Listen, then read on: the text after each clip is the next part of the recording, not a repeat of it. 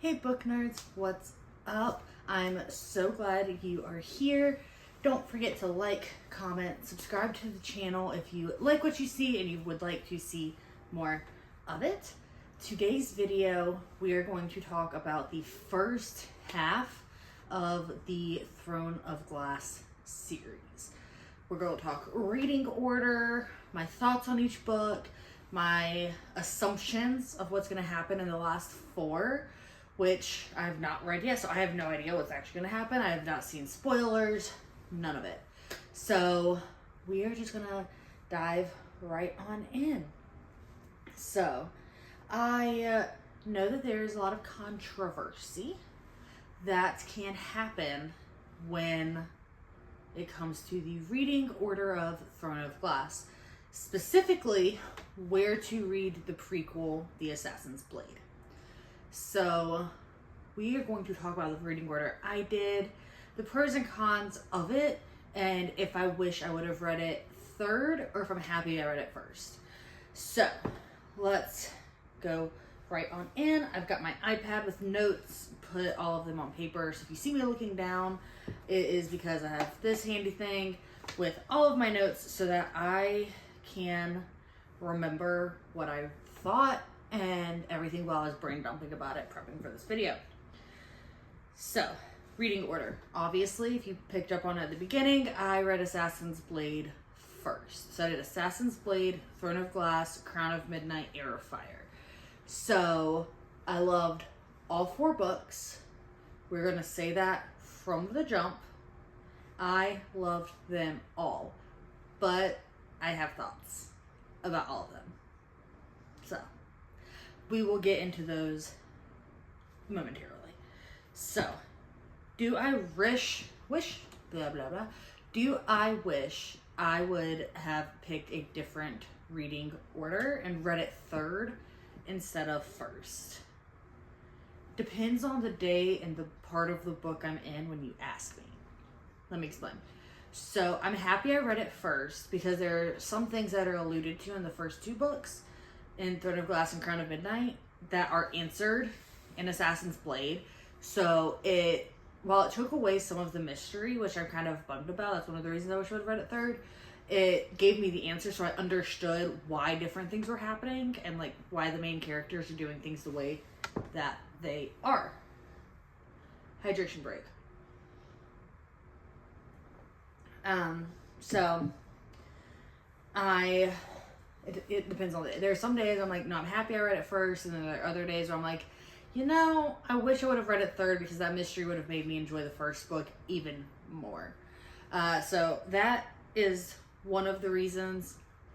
The other reason is I feel like Assassin's Blade started really slow, but I was like weeping at the end.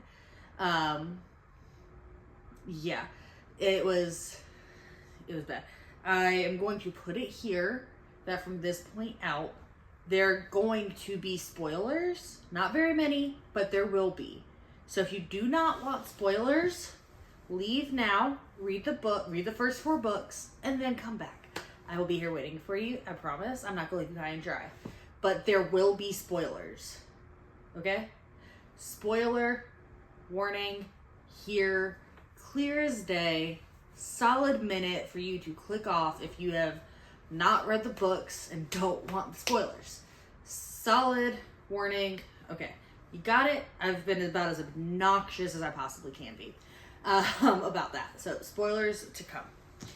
So it did get, Assassin's Blade did get me hooked, but I could also see why someone would DNF it towards the beginning if they're trying to get through the 5 novellas. The first like 2.5, like they were good, but they were kind of slow for me, and like I didn't understand the point of that part. I was like, okay, cool, she's fighting some pirates, she meets a healer, she's going to the desert to learn from the silent assassin. Okay, and your point is, I could understand because they were a little bit on the slower side. They were good. They were very well written. They were still kind of slow. But then you get to the end of the third novella and I'm like, what is happening? And then you get to the final 2 novellas and your world flips upside down and you grow attached to characters and you're like finally the love interest, and then he dies. And I was weeping because I loved him so very much. If I would have read Throne of Glass and Crown of Midnight before I read Assassin's Blade, I would have already known that Sam was gonna die. But, like, you know, I like the fact that I didn't know in Assassin's Blade, but I also understand why people would have been more emotionally invested had they already read Throne of Glass and Crown of Midnight. They would have been emotionally invested to figure out how Celaena ended up in Endovier, why, what happened, why does everyone hate Arobynn Hamel, and all of those things. Make sure I didn't miss anything. Yeah. So, when it came to the other books, I'm going to dive into them. I've read Assassin's Blade first. That is my feedback. Started slow, ended phenomenally. I was hooked. So, Throne of Glass, I think, is amazing for the world building and character development side of things, not necessarily the plot of the entire series. It does build a lot on that, like why different things happen later. Like, you need this book for that. But it was definitely more world building and character development than it was what is going to be the overarching storyline, until you get to the end and it makes sense because then it flows into Crown of Midnight. So it's like it's not enemies to lovers, but it's like people who shouldn't work together becoming really good friends and eventually like catching feelings and going into that side. But they're not really enemies. They're like, I don't know about you. They're civil, but like they should hate each other, but they don't. So it's not enemies to lovers, but they do end up with lovers, but they like become besties and lovers, even if they should hate each other. Like I said, I wouldn't say it's enemies to lovers.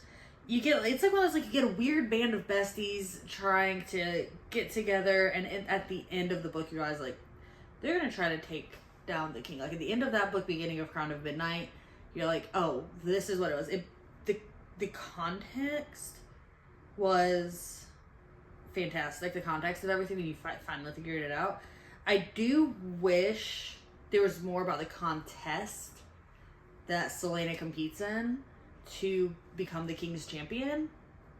I wish there was more of that. Like, I love a good, like, Hunger Games, the games gods play type thing. There's different trials that you have to go through, and there were definitely some of those in this book. I wish it dove more into that side of it, just to kind of see everything she had to go through. There were some that they were phenomenal when they hit those. I just wish there was a little bit more of that. But it started out as the contest was to win her freedom, but then it becomes so much more than that, and she starts fighting to win the freedom of others, to be able to subvert the king's plans from the inside to save other people. That is a common theme among this character, where she does not value her own life above the lives of others. She goes into hero savior mode and almost a martyr. She's like, almost every battle she's in, she's like, I'm willing to martyr myself to save you. Like, you gotta go. I might die. I know I'm gonna die, but I don't care. My life is nothing. Go. Live your best life. So, that was phenomenal. It did have me in a chokehold. So, I am not one to read a series back to back. I am one where it's like with ACOTAR. I read ACOTAR and I read a different book. And then I read ACOMAF and then I read a different book. And then I read Act of War.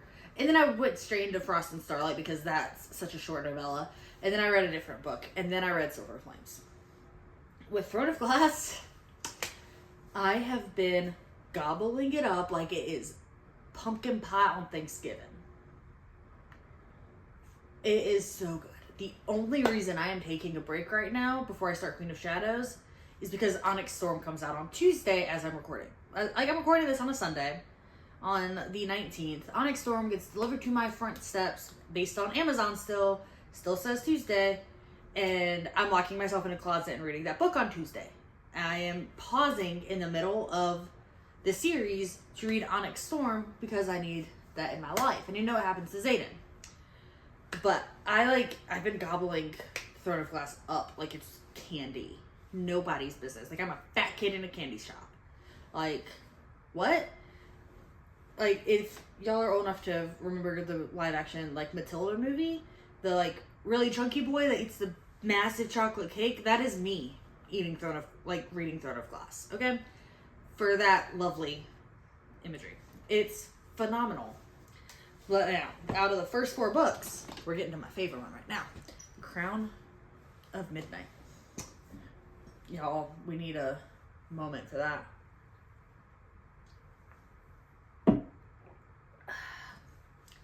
Crown of Midnight. So, favorite plotline so far. Crown of Midnight. Amazing. Fantastic. 5 stars. 5-star book. If I didn't put 5 stars into Fable, I'm going to, because I might have forgotten and I'm dumb. It's a 5-star book. And I don't give 5 stars lightly. Like, I didn't even give TOG and Assassin's Blade 5 stars. I probably gave like 4 or 4.5. 5 stars. 5-star book. Favorite plot line. You still get more world building, but you get into the nitty gritty of what seems to be the rest of the plot, like the main triggering event for the rest of the plot of the book. So, like, you learn a little bit about the magic and the obsidian and the rings and the word gates and all of that in Throne of Glass. You learn a good bit about it, but it really comes to a head between Crown of Midnight and Heir of Fire. I am one where I have a very hard time remembering what happened in what book as I read a series. I should have taken notes as I was going on, but I'm new to this whole YouTube thing, so I didn't do that. So I may or may not get some things backwards on which book they come from, but either way, Crown of Midnight does a phenomenal job learning more, but then also diving into even more character development. It is phenomenal. I cried at major plot pivots in this book, but like 99% of the time, jaw meet floor. That is how it was. I was just like, oh my god, freaking out. My husband was like, oh no, that did what? I have no idea what's going on. He has not read the books, so I'll start rambling off about something that happens, and he's like, cool. And I do that because he's not a reader. I know he's not going to read the books. So me and one of my friends, we talk about the books, and then our husbands talk about how we have 4 heads with how we're talking about these books, like as if they're real people, and they have no idea what's going on because neither of them are readers. It's a common theme among me and my friends and our husbands. So, jaw on the floor 99% of the time. So, the end. We're going to save a moment for the end before I talk about Heir of Fire. We need to. So, but before the ending happens, this book, between the lovers to enemies to civil people trying to take down the king together, and then for the greater good, the main death to the ending, SJM worked magic in this book. It was amazing. So, but the ending. We're about to talk about the ending right now. When Chaol found out, and when he found out is when we all found out, that Celaena is Aelin, I was floored. I was not anticipating that one at all, whatsoever. And they had alluded to meeting Aelin later. Oh my gosh, the queen is alive. We know she's alive, and I was like, oh cool, we might meet her in Heir of Fire. And then at the end, it's Celaena is Aelin Galathynius. And I'm like, she is not. She is not. Jaw meet floor again. Immediately grab Heir of Fire off my bookshelf, same night.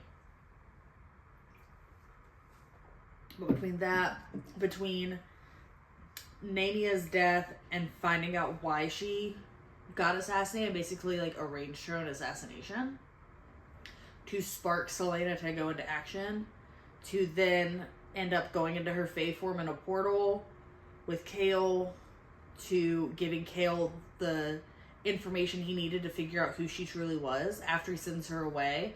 And then him realizing that he just sent the biggest threat to his kingdom back to her people without even realizing it. So, yeah, I might have to do like a chapter by chapter breakdown and a reread of my thoughts of Throne of Glass this year, because there's so much to unpack in every chapter that I can't possibly fit it into one video for everything. But oh my goodness. And like you feel it with Chaol, like he realizes like he's having to choose sides.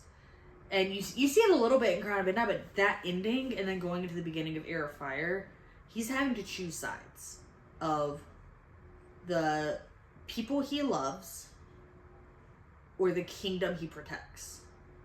Like, what side is he going to be on? Because the people he loves are no longer for the kingdom in which he protects. They are basically the rebellion. And it's phenomenal. So good. So let's jump into Heir of Fire now that we have had the jaw-dropping moment for the 5 stars that is Crown of Midnight. Heir of Fire.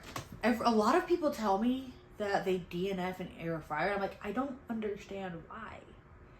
Like, it's a common thing apparently that people don't like Heir of Fire, and so then they DNF the entire series. I'm not one of them. I also gobbled up Heir of Fire and loved it. Loved it. It introduced 2 of my new favorite characters. Like, one of which is referred to as an overbearing, snarling Fae warrior.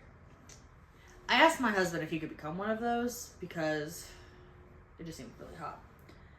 So, we were also introduced to Queen Maeve, and she can't be left in Heir of Fire, right? Like, she's super sus. Like, she has to come in other books, right? I don't know. I've not read Beyond Heir of Fire yet. She has to come in other books. If she doesn't, like, I'm gonna be shooketh.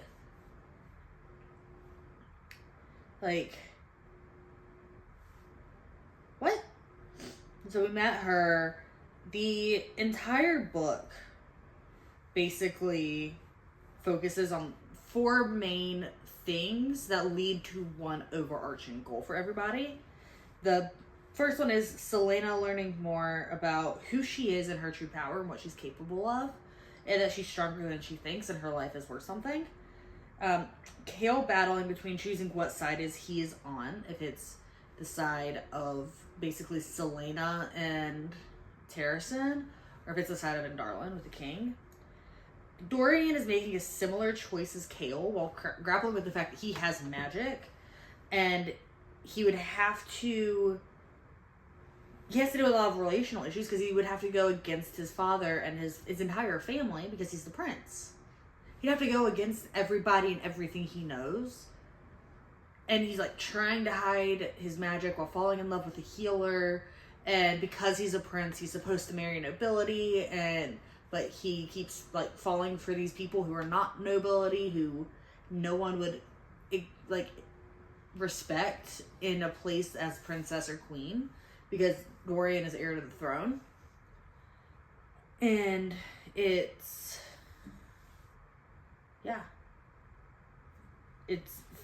phenomenal. So that is another relational issues, and like that's one of the other main ones. And then we meet Manon, who's an Iron Teeth, who's part of the Iron Teeth witch clan, and she's battling between being the ruthless and like destroyer, basically, of like, you crossed me and you were not in my clan, I kill you.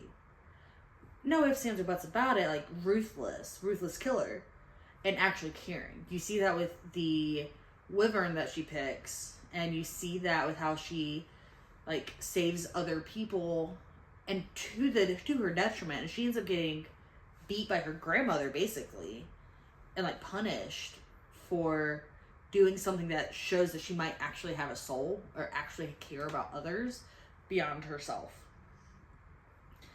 And like the character development in her is phenomenal. All while the King of Andarlan is gaining more power and becoming even more evil than he already was. And, like, the shining star, though, it's definitely character development. Now, I know somehow all of these characters are going to have to come together at some point and be this band of misfits. I don't know how it's going to happen, because currently Dorian is still under the control of his dad, and Manon is technically a flyer for Andarlan's army, and Chaol is going back to be a lord of an Andarlan territory, and like he's taking his title back. But then you have Celaena and Rowan, who are fighting. Basically, they're gonna come back. Celaena definitely is. At the end of Heir of Fire, she's on her way back to Andarlan. Like, girl, you have to know it's a trap, right? But Rowan can't, because his only two forms are either a hawk or a fae, and fae are basically kill on sight, ask questions later, and he can't stay a hawk forever if he's intending to protect Celaena.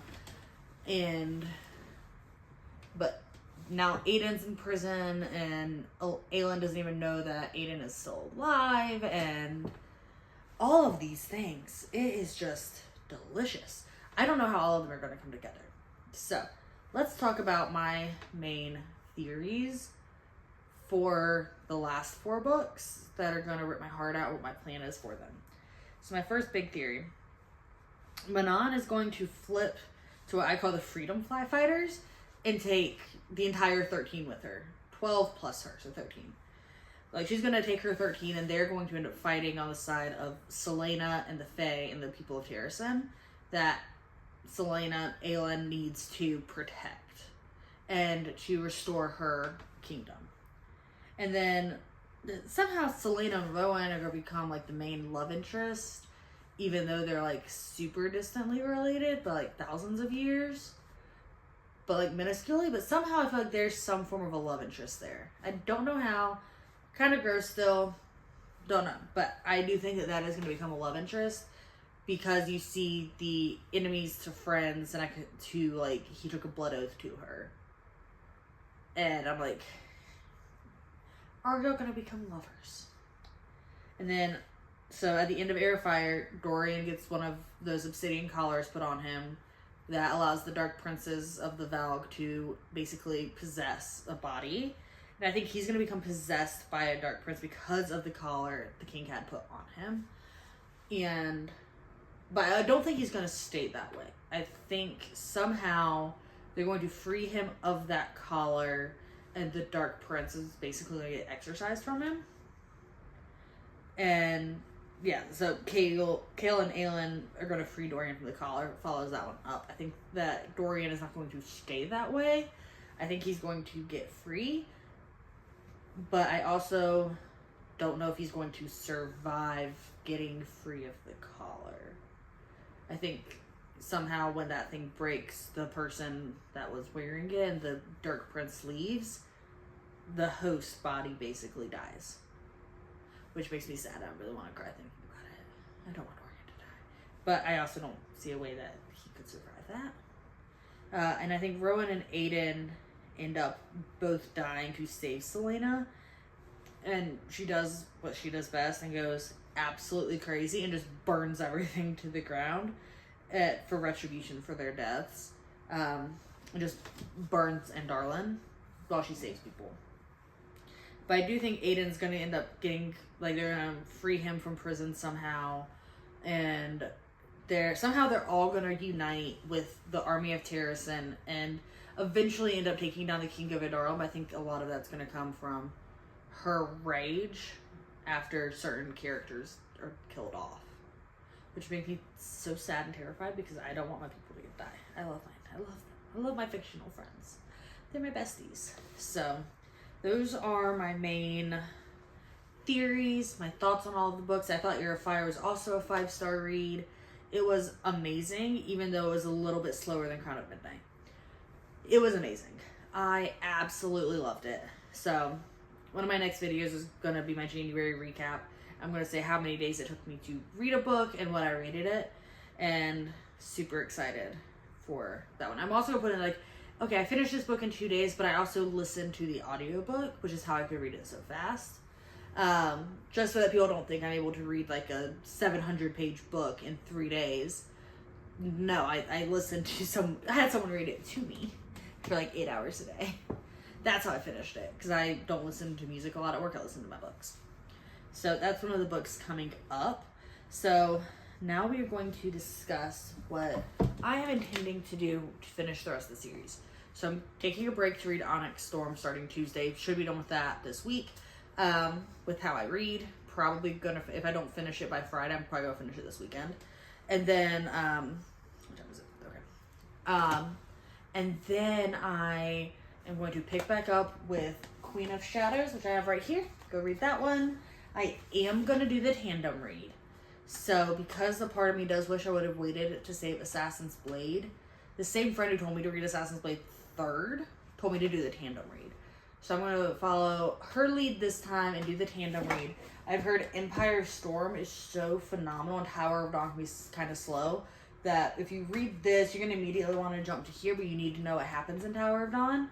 And so it's better to read them together because then you'll only have a few chapters left in Tower of Dawn. So that way you can quickly jump back to Kingdom of Ash. So that is how I'm going to read the final 4 books. And then I'll do a part 2 to this, and then I'll do a part 3 where I give my feedback on the entire series, and not just focusing on these 4, or the first 4. So that's my current plan. I'm also going to do an Onyx Storm video. Then I have obviously my January recap, and then my February TBR, which I'm super excited to pick out. So I will be picking out the books that I'm definitely going to read or that I anticipate reading in February, and in the January recap video, I'm going to give a lot of updates. I've reorganized my bookshelf for like the 17,000th time already this year, and I will kind of explain why I did it the way that I have it now, and then what books I'm waiting on from Libby, and all of the things. So quite a few videos coming up through the beginning of January, and I'm super excited to be on this journey. And as we learn and grow, I'm learning editing. I have my iPad. That's really all I have to edit with. So I'm learning how to edit on that, and I'm getting a cadence down and planning. And I've never been one to like do my own thing when it comes to something like this. And so I'm definitely learning how to have the discipline and the drive to do it, even on the days I'm like, I just kind of want to sit here. But I know I need to like record a video, or I know I need to post something, or I know I need to batch record, like those kinds of things, like working it around my schedule. And that is new for me. That is very new. So thank you for bearing with me. If you agree with anything I said, if you disagree with anything, leave any comments below. I would love to see your thoughts on these 4 books. Please no spoilers for the next 4. I have not read them, and I don't want to accidentally see any, as I anticipate reading them over the next month or so. Because this is probably going to take me probably until the end of March to read all these, because that's a lot of pages. It's like 1,000 here, probably another 1,000 there. Yeah, this is probably like 2,600 pages. And that's a lot. It's probably going to take me at least a month and a half to read all 4 of those, because the audio version is not available on Libby for the library that I have. So definitely going to go through all those. So super excited for what is to come and all that is in store this year.